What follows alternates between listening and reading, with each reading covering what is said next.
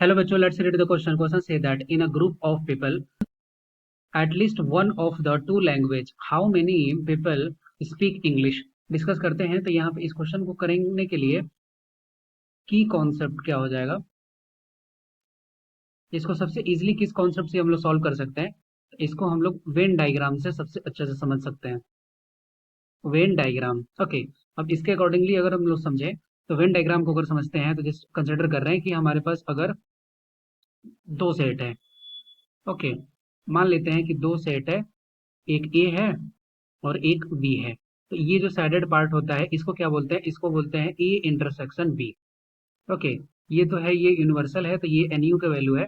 Okay, ये value हो गया। अब हम लोग क्वेश्चन के अकॉर्डिंगली हमें सोचे तो बोल रहा है कि 50 स्टूडेंट ऐसे हैं जो कि इंग्लिश भी बोल सकते हैं और हिंदी बोल सकते हैं। और इंटरसेक्शन का मतलब ही होता है कि n A union B, A intersection B. इसका वैल्यू क्वेश्चन में कितना दिया है? इसका क्वेश्चन में दिया हुआ है 50।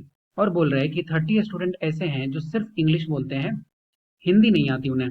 इसका मतलब ये वैल्यू है कि एन एन अगर इंग्लिश को अगर हम लोग बी माने तो ये हो गया एन बी माइनस ए।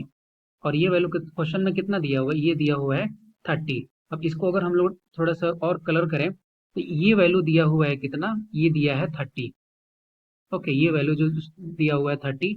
और यहाँ पे जो सैडर्ड पोर्शन है ये कितना दिया हुआ है? ये दिया है 50। तो हमें क्या है, ये पूरी बी जो है वो इंग्लिश है। तो टोटल नंबर ऑफ स्टूडेंट जो है जो इंग्लिश बोलते हैं वो कितने हो जाएंगे?